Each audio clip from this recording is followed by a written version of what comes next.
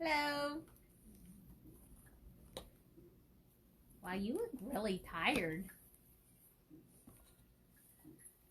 Better? Yeah. I have to not do this because it looks very scary. We got to see our other grandkids today on the Zoom room. So awesome sauce. Loved it. On Facebook. On Facebook. Oh, Facebook Messenger. Facebook Messenger. Yep. On that confangled interweb. We took a walk. Took a walk. Almost a mile. Jimmy walked almost a mile today. Good job, Jimmy. Dogs played. Dogs played for a good 15 minutes. They were exhausted. I painted my nativity peoples. We went to Walmart and picked up our scripts. Got donuts at the donut shop. Yeah, donut shop's open, guys. We got ice cream at the ice cream shop. Jimmy ate all his donuts and ice cream before we got home. Dinner. Little diabetes for dinner. Little diabetes for Jimmy for dinner. You wanna say it so you mean it on what you're planning on doing? Oh, intermediate fasting. He's saying today is the last day. Of all the bad. That's what he's saying. Monday through Friday. You can hold him accountable. Monday through Friday. I already meal prepped for 2 of the days, so I'm not even worried about that. He's not even worried about that. Meal prep. Meal prep. It's the bomb. That's the ticket. He had barbecued steak, and I had steak for dinner, and these little green bean things, and it was so yummy. I'd been wanting a steak for so long. And last night it was chow mein. And chow mein. He made chow mein. And chicken satay. So amazing. Thanks for whoever's watching. So we are going to be on David versus Saul tonight. David versus Saul. We're going to be in 1 Samuel 23 and 24.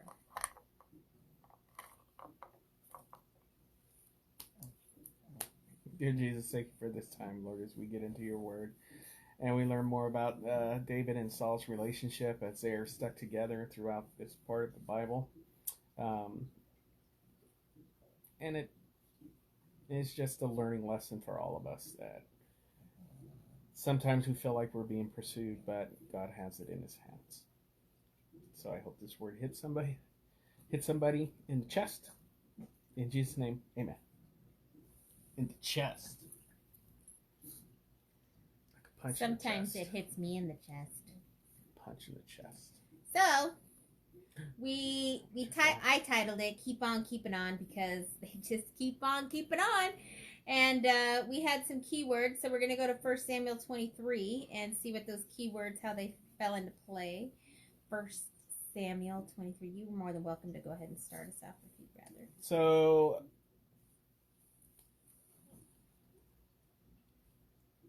David had his little band of soldiers. And he was out doing the Lord's work, even though he wasn't doing anything for Saul. He was doing it for Israel. So he's running around killing Philistines. Kind of like the riders of Rohan in the Lord of the Rings. Like in the Lord of the Rings, where the riders of Rohan get kicked out of the kingdom, but nevertheless they're out there protecting the kingdom. I'm so glad you were able to tie that in. Oh, you sound like you knew that. No. Oh. I mean, yes, I see it, but no, I wasn't going to tie Well, there you go. the Lord of the Rings in with it. But go ahead. But there you go. So, Saul had heard about this, so he goes on the hunt. He's hunting for David. It's open season on David. So David learned about this, that Saul was plotting against him, so he started jumping from town to town, and he would ask God, will the citizens surrender to him? Will Saul come down? As your servant has heard, Lord God of Israel, tell your servant, and the Lord said he will. So instead of just going ahead and doing his own thing, he asked the Lord. And the Lord answered him. Yeah, and he said he will. And David asked, will the citizens of Keilah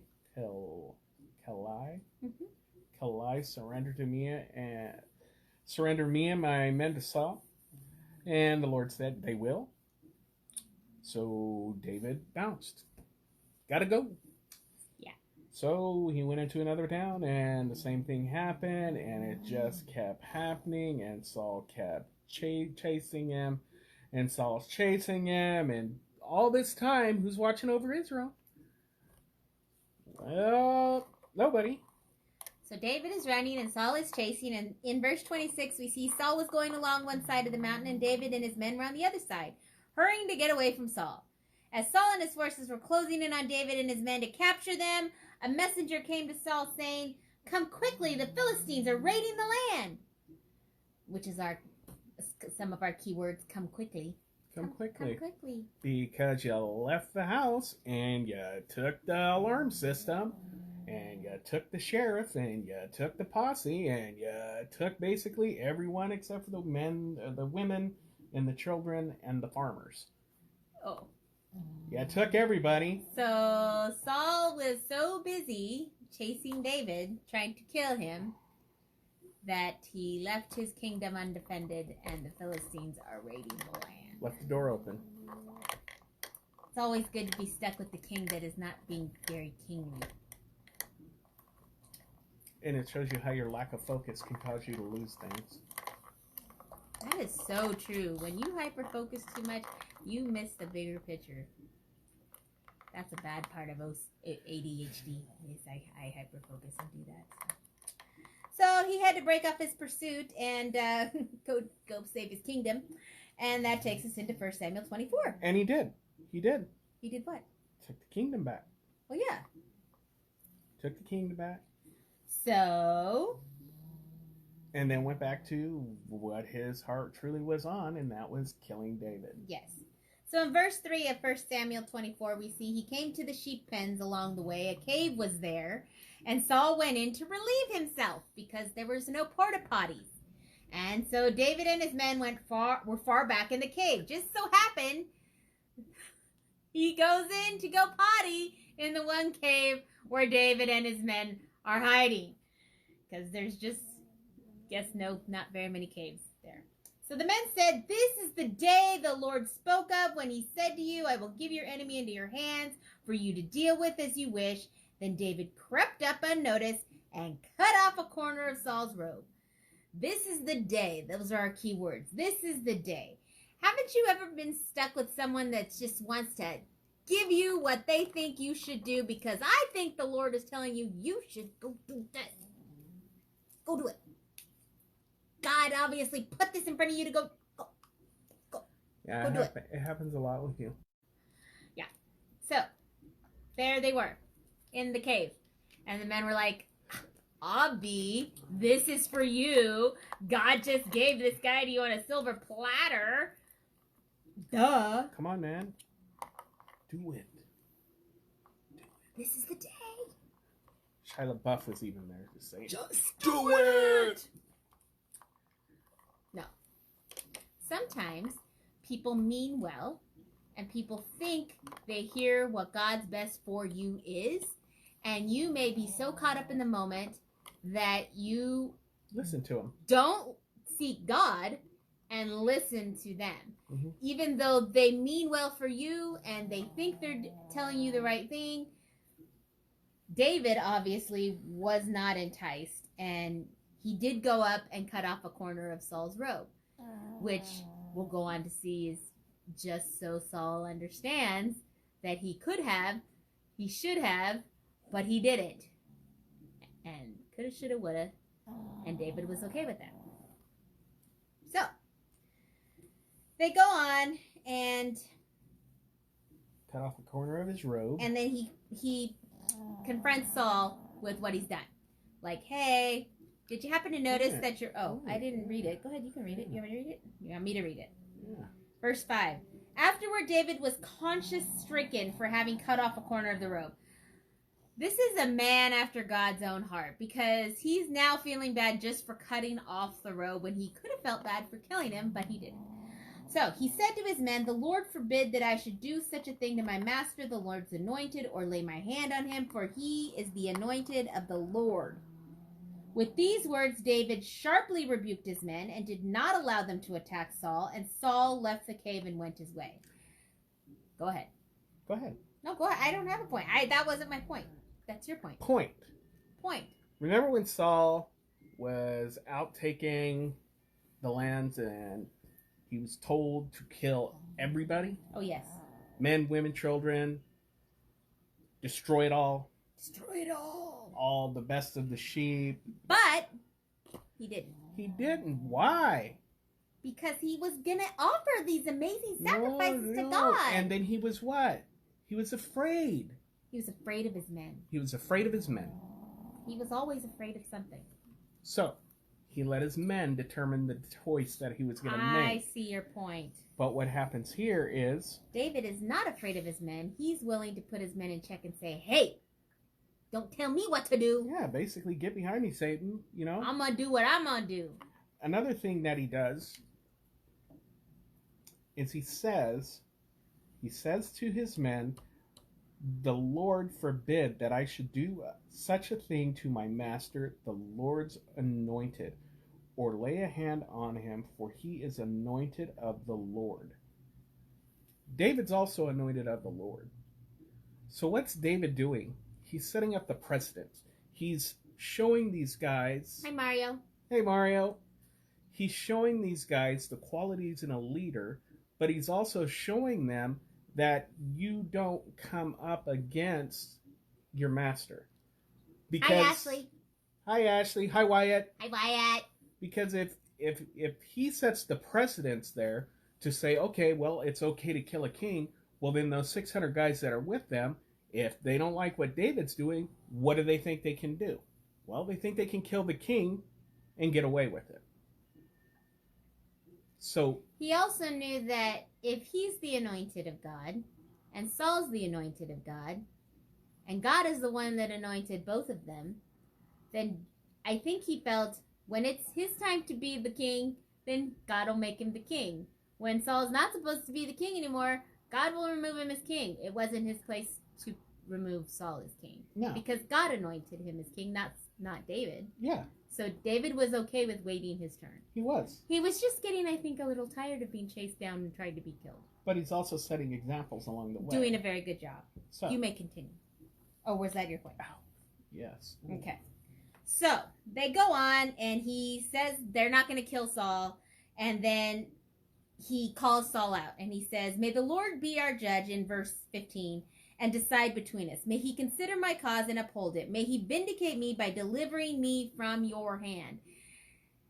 David is calling on God and saying that he trusts God with this whole situation. I am not worried about what's going on with you. You know, God's got me. I hope you understand that I don't mean bad towards you because I could have killed you and I didn't, is what David's saying. And what led up to that was when Saul left the cave and went his way, David came out and called to Saul, "My Lord the King." Then Saul looked behind him, and David bowed down, prostrate himself with his face to the ground. He laid down on the ground. He laid down on the ground. He said to Saul, "Why do you listen when men say David is bent on harming you? The Lord delivered you into my hands in the cave today." Because Saul is always listening to other people. He is never listening to God. That's why he's listening to other people. That's why he thought that. So. And David to come out and just to lay on the ground at the guy who's been throwing spears at him, chasing around village to village to village to village, telling everybody that he wants to kill him, telling his kids he wants to kill him, telling Jonathan he wants to kill him. Just want to kill him, kill him, kill him. I don't know. I mean, I know he needed to run because he was trying to kill him. But at this point, I think he knew he was the Lord's anointed. He knew God was on his side. So it's one of those where you step out in faith and you know God's got this. However this situation is going to play itself out, God has got this. I really feel that's how he must have felt. I mean, how else would you have done that? How else will you just go lay yourself down before your enemy? Other than knowing that God is in control of the situation. And well, God told him to do with him what you will. And that's what he did. And I think he knew by doing that God had his back. Right. And that's why he's saying, the Lord judge between you and me. May the Lord avenge the wrongs you have done to me. But my hand's not going to touch you. No. I can't imagine. That would be so difficult. So, there he is. And he tells him that. And I got 13. go ahead. And as the old saying goes, from evildoers come evil deeds. So my hands will not touch you. Because he's not an evildoer. And that's verse 13. 1 Samuel 24, verse 13. Verse 14. Against whom has the king of Israel come out? Who are you pursuing? A dead dog? A flea? May the Lord be our judge and decide between us. And that's where it goes into there. So David's saying he's still in that humility. He's still humble. He's still humble to say, I'm like a dead dog. I'm like a flea. Why are you worried about me? Why? You're the king. I'm nothing. In verse 20 it says, I know that you will surely be king and that the kingdom of Israel will be established in your hands. Guess who said that? Saul. Saul finally verbalizes it. If he doesn't believe it in his heart, he does say it in front of everybody that's there and listening. And yeah, he asked him to swear to me by the Lord that you will not kill off my descendants or wipe out my name from my father's family. And David gave his oath to Saul, which he had already given the same oath to Jonathan. He had no intention on killing either one of them. That was never his intent. Yet there they were, stuck together. Our verse for tonight was, may the Lord be our judge and decide between us. May he consider my cause and uphold it. May he vindicate me by delivering me from your hand. You may feel like you're stuck in a situation that you cannot get yourself out of, but God knows your situation. God is there to stand for you. You are not alone in that situation. He will deliver you. He will vindicate you. And though you do not see him, he is there. And though you do not feel any different, God knows your cause. And God will deliver you. And it may not be the way you think or in the time it should. You feel it should. But God's timing and God's way is always best. So the topic was true or fake.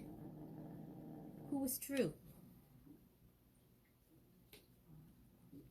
You tell us. Because we're not going to tell you. Well, that way they'll comment. I don't think they're going to comment. But maybe they will. And one of them was true and one of them was fake. One of these kings was not like the other. So, one of these kings was not the same. Nope. Saul pursued David. God protected him, sending Jonathan to strengthen him. And that was in 1 Samuel 23. 1 Samuel 24, Saul confirmed David as the next king for sparing his life. So, from that, hopefully you see that one of them was true and one of them was fake. And tonight's homework is not a man of his word. Nabal. 1 Samuel 25. Did you have a recap? It looks like you have words. Don't be that guy or girl that's standing there and have a messenger come to you saying, come quickly. Come quickly. Because where you are is not where you should be, and where you should be is not getting the attention it needs. Mm-hmm. Don't focus on the dead dog or the flea. Is your focus and your purpose on what God's best and God's will is for you? Or is your focus on things that have absolutely no value in your life? I think that's what this whole thing shown me is that there are so many things that fill our lives that have absolutely no eternal value, and why do you let them consume you and overtake your life? You know, we are blessed to be able to. Saul was fake! Yay! Yay! Thank you, Mario. Yes, we allow things that are not worth our time or our energy to consume us, and then the things that have eternal value and meaning we neglect. And Saul was the king. Saul's kingdom was what was important, and he was neglecting it. So. And that was the one thing. That was the one thing that he was supposed to take care of. That's it. That's his only job. You're the king of the kingdom. Take care of the children of God. Yeah. But his anger and his bitterness consumed him. And he went after the riders of Rohan. Yes, he did. Did you see that is why they call this place Salah Halamalaka? Which means Hamalaka. Rock of Parting. The Rock of Parting. Did you see he went to the strongholds of Engedi? He was in Star Wars. Pretty sure Engedi is in Star Wars. It doesn't say that. I know it doesn't say that, but I'm sure they're positive there's an Engedi in Star Wars. I don't think there is. I'm pretty sure there is. Alexa, is there an Engedi in Star Wars? I don't know. Shut up, Alexa. Nobody's asking you. I don't know that. Is there an Engedi in Star Wars? It says Engedi.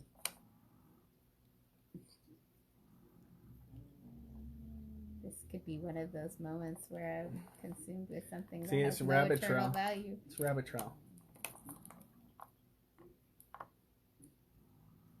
Jedi. No. Getty system. Star Wars. The Getty system was a star system located within the Arcanist sector in the magical world of Disney, including Marvel and Star Wars. But it's not in Getty. Are you done with your rabbit trail? I guess I have to Come be. quick! Come quick! I guess I have to be. I'm pretty sure there's an Engedi somewhere. Somebody's laughing at me. It's right there in the Bible. No. That's where it is. I know it's in the Bible. I'm pretty sure Engedi somewhere. I will have to find it. This is going to go on for a while. There is. I'm going to have to find it. This could 45 minutes. It is. Rabbit Once trail. we get off, I'm going to go look. It brings you no eternal value. It doesn't.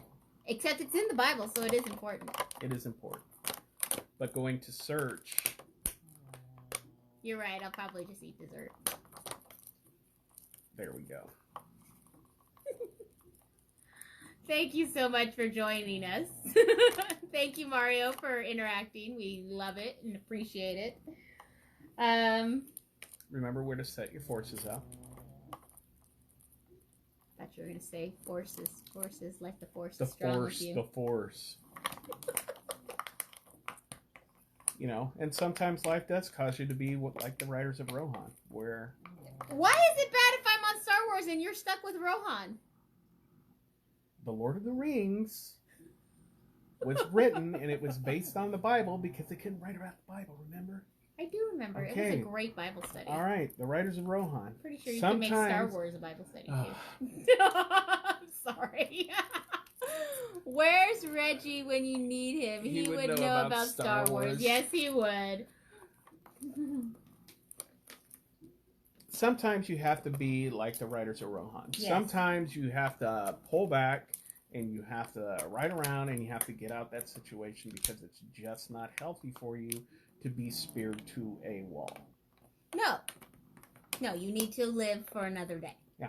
Yes. Yes, and he was definitely continuing on to live for another day because even though he swore his oath to Saul,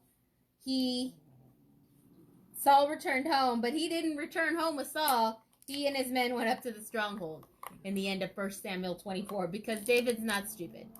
And he understands that Saul is not sane. And he understands Saul, though he swore an oath, is maybe not a man that he could trust to keep his oath for the rest of his life. So, yes. David swore his oath. David took an oath that he would never harm him. But Saul didn't say anything. Saul didn't say anything. Yeah. And said, Saul left, which was nice. So for a while, David wasn't having Saul chase him. Yeah, That's but nice. basically Saul said, if I catch you slipping, yeah, you made me a promise. So even though you might take out all my army, you're not going to take out me and my kids. Saul. Well, there you go. Nabal. Nabal is tomorrow. Not a man of his word. Yeah. Jimmy called him the idiot. I said, is that what you want me to title it? He said, no. I said, I guess you can if you want to. I don't care. Well, he's dead now anyway. He's not a man of his word, but he's also pretty stupid. I mean, oh, well, definitely. Goes without saying. Well, I maybe not stupid, maybe full of himself. He was full of a lot. He was pretty fat. Maybe he's full of himself. He fell over and popped open. You just want to go into it now since you're just talking about it? No, we'll wait. Rabbit trail. God loves me just the way I am. Come back quick! God loves me just the way I am. Yes, he does. Quickly now. Come quick. That's going to be your key phrase for me, huh? Heck yeah. Babe, come quick. Oh, that's the best. Thank you, God. Thank you, God, for come quickly. It's not the only time you hear come quickly.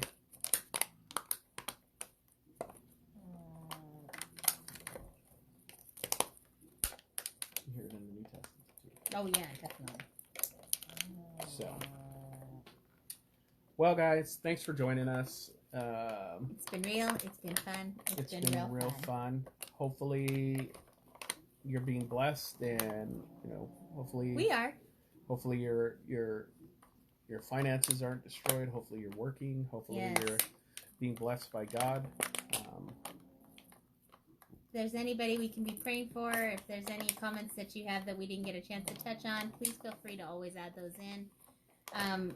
As always, we're continuing to add them onto the YouTube channel, and I have included the link on the group, so you can share that with those that might not be able to listen on Facebook. I was laughing at you. You're so funny. And even though it's been said, yes, I am blessed enough to be able to have a job where I am able to work at home. So, blessings.